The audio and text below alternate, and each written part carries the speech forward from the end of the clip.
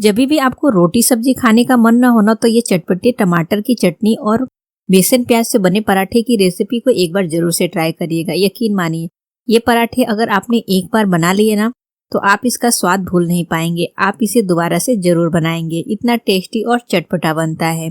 तो चलिए रेसिपी शुरू करते हैं। तो इस पराठे को बनाने के लिए पहले हम प्याज को काट के लेंगे। तो यहाँ पे हमने 3 प्याज छील के धो के ले लिया है और अब हम इसे नाइफ की सहायता से इस तरह से बारीक बारीक काट लेंगे। क्या होता है कि गर्मियों के मौसम में थोड़ी सी सब्जी कम मात्रा में मिलती है, हरी सब्जियां भरपूर नहीं मिलती हैं, तो आप इस तरह से ये चटपटे प्याज के पराठे भी बना सकते हैं क्योंकि ये खाने में बहुत ही ज़्यादा टेस्टी लगती है। और इसके साथ जो चटनी हमने बनाई है ना, उसे बनाने के बाद से ना आपको कोई भी सब्जी बनाने की ज़रूरत नहीं पड़ेगी। तो देखिए प्याज को हमने बारीक काट लिया है। अब इस तरह से हाथ से हम थोड़ा सा मसल लेंगे, इसके जो लच्छे हैं ना वो अलग हो जाएंगे। अब हम इसे साइड में रखेंगे और हम पराठे के लिए डो लगाकर तैयार करेंगे।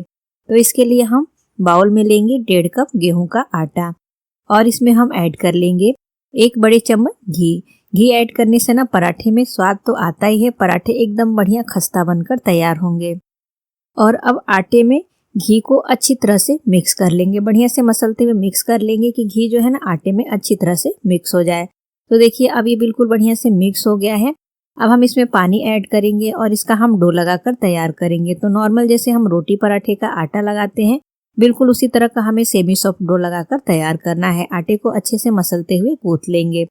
तो देखिए ये जो डो है रेडी हो गया है, हमने सेमी सॉफ्ट डो लगाकर तैयार कर लिया है। तो अब हम इसे कवर करके साइड में रखेंगे और हम बाकी की तैयारी करेंगे।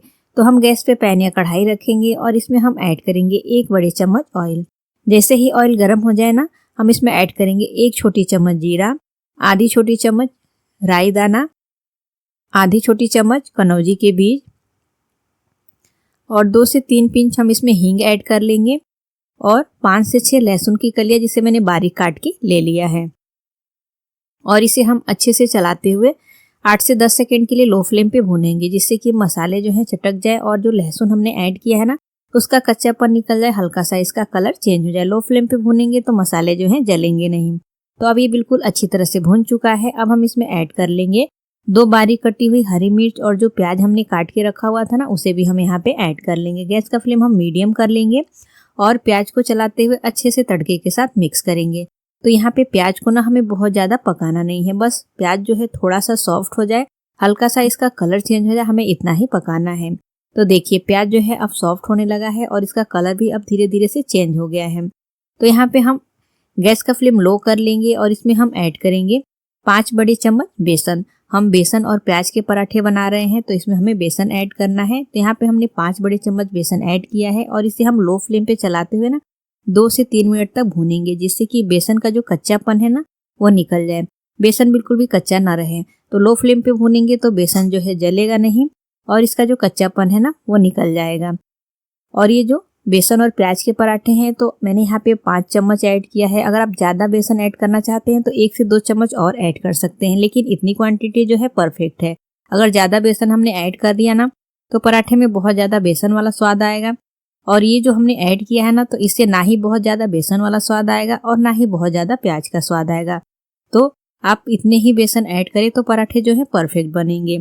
अब हम इसमें ऐड करेंगे 1 छोटी चम्मच नमक, आधी छोटी चम्मच हल्दी पाउडर, आधी छोटी चम्मच धनिया पाउडर, आधी छोटी चम्मच काश्मीरी लाल मिर्च पाउडर, 1 छोटी चम्मच रेड चिली फ्लेक्स, आधी छोटी चम्मच चाट मसाला पाउडर, 1 छोटी चम्मच अजवाइन ऐड करेंगे। अजवाइन जरूर से ऐड करें, फ्लेवर बहुत बढ़िया आता है और अजवाइन जो होता है काफ़ी फायदेमंद होता है।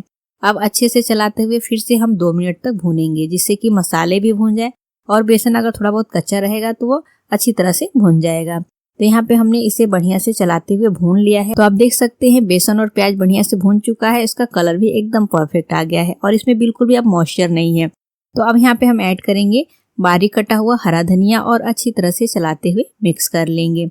और अब हम गैस का फ्लेम ऑफ करेंगे और इसे हम एक बाउल में ट्रांसफर करके और इसे हम ठंडा होने के लिए साइड में रखेंगे। और अब हम चटनी बनाकर तैयार करेंगे। तो इसके लिए गैस पे हम पैन रखेंगे, इसमें 1 बड़े चम्मच ऑयल ऐड करेंगे और इस तरह से पैन को थोड़ा सा हम घुमा लेंगे कि ऑयल जो है पैन में चारों तरफ से फैल जाए। और फिर इसमें हम टमाटर ऐड करेंगे। तो यहाँ पे हमने 3 टमाटर लिया है, टमाटर को इस तरह से काट के टुकड़े में कर लिया है और इसमें हम ऐड करेंगे 6 से 7 लहसुन की कलियां, एक छोटे साइज का प्याज जिसे मैंने बारीक काट के ले लिया है, 2 बारीक कटी हुई हरी मिर्च ऐड करेंगे। यहाँ पे आप अपने हिसाब से स्पाइसी कम ज़्यादा कर सकते हैं। स्वाद अनुसार नमक ऐड कर लेंगे और गैस का फ्लेम हम लो रखेंगे। लो फ्लेम पे हम इसे कवर करके ना 3 से 4 मिनट तक पकाएंगे। तो देखिए 4 मिनट के बाद से हमने ढक्कन हटाया है और टमाटर जो है बिल्कुल बढ़िया से पक चुके हैं। अब जो ऊपर का इसका जो छिलका है ना, हम इस तरह से निकाल लेंगे। टमाटर जब सॉफ्ट हो जाते हैं ना तो छिलके अपने आप ही छोड़ देंगे। अब हम इसमें ऐड करेंगे आधी छोटी चम्मच भुना हुआ जीरा पाउडर, छोटी चौथाई चम्मच गरम मसाला पाउडर, आधी छोटी चम्मच चाट मसाला पाउडर, आधी छोटी चम्मच काश्मीरी लाल मिर्च पाउडर। गैस का फ्लेम हम लो रखेंगे, ऑफ नहीं करना है और इसे हम इस तरह से मैशर की सहायता से मैश कर लेंगे। आप देख सकते हैं टमाटर एकदम सॉफ्ट हो गया है। मैशर से मैश करने पर ना बिल्कुल ये अच्छे से मैश हो गया है।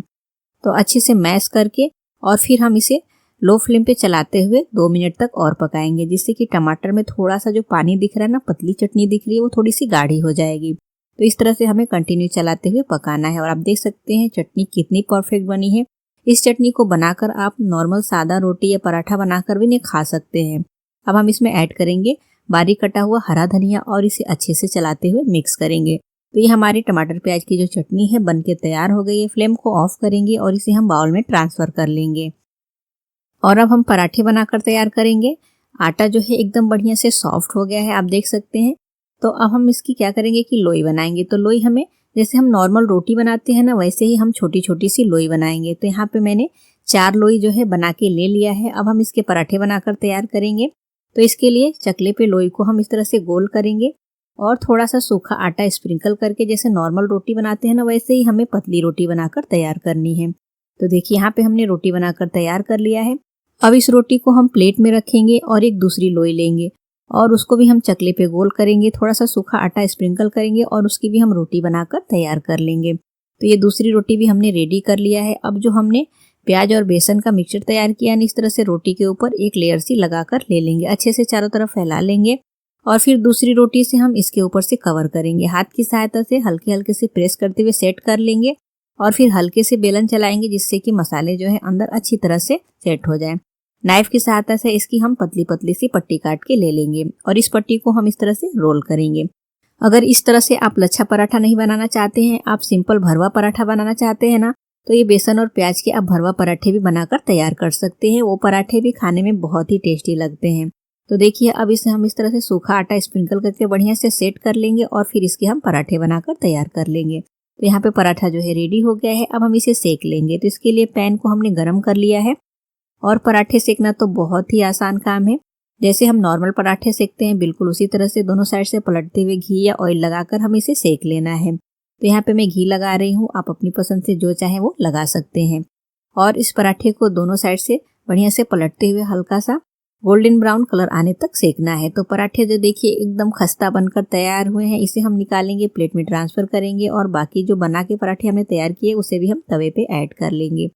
और एकदम चटपटे टेस्टी हमारे जो बेसन प्याज के पराठे हैं, इसके साथ जो हमने ये चटनी बनाई है, अगर आप इस तरह की चटनी नहीं भी बना पा रहे हैं ना, तो आप इस तरह से मसालेदार बूंदी का रायता बनाकर इस पराठे को खा सकते हैं। बूंदी के रायते के साथ भी ये पराठा बहुत ही टेस्टी लगता है। तो फ्रेंड्स, आप भी इस रेसिपी को एक बार जरूर से ट्राई करिए और रेसिपी अच्छी लगे तो हमें कमेंट करके जरूर बताइए। वीडियो को लाइक करिए, शेयर करिए और चैनल को भी सब्सक्राइब करिए।